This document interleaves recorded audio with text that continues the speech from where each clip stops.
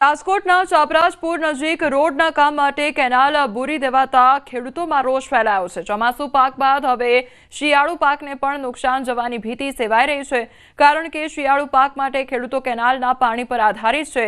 તંત્ર દ્વારા કોઈ જાણ કર્યા વિના કામ ચાલુ કરાયાનો ખેડૂતો આક્ષેપ કરી રહ્યા છે। ત્યારે હાલ તો 30 તારીખ સુધીમાં કામ પૂરું કરવાની તંત્રે મૌખિક ખાતરી આપી છે। ખેડૂતોએ સમયસર કામ પૂર્ણ કરી તાત્કાલિક કેનાલનું પાણી ચાલુ કરવાની માંગ કરી છે। પ્રશ્નમાં એવું છે કે આ લોકોએ અત્યારે રોડનું કામ ચાલુ કર્યું છે, એટલે એમાં ડાયવર્ઝન કાઢ્યું છે, જે કેનાલ પૂરી દીધી છે એટલે કેનાલ પૂરી એની જગ્યાએ લોકોએ કંઈક નીચે પાણીનો નિકાલ કરી, જો કેનાલ ચાલુ રહીએ અને એનું કામ ચાલુ રહીએ એવા યોગ્ય પગલાં લીધા હોત તો બરોબર હતો। અત્યારે ખેડૂત અત્યારે જે ચોમાસુ પાકમાં નુકસાની કરી હતી, હાલમાં એ શિયાળુ પાકમાં પણ નુકસાની જાય, એટલે યોગ્ય ટાઈમસર આ કામ પરિપૂર્ણ કરી અને પાણીનો કેનાલ ચાલુ કરે એવી માંગણી છે।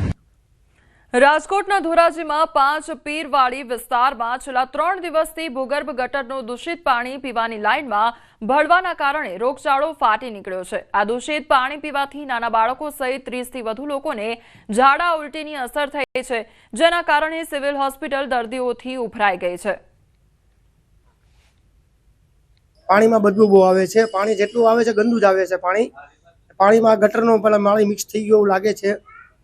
અમારા એરિયામાં 25 થી 30 લોકો અત્યારે એડમિટ છે। અત્યારે ઉલટી ઝાડામાં નાના બાળકો બી છે, એડમિટ છે। અત્યારે પાણીની બહુ ખરાબ પોઝિશન છે, પાણી બદબુ વાળું જ આવે છે। અમારે અહીંયા ભૂગર્ભ ગટરનું પાણી મિક્સ થયેલું છે, પણ આજ દી સુધી અહીંયા કોઈ કાંઈ પૂછવા આવ્યું નથી।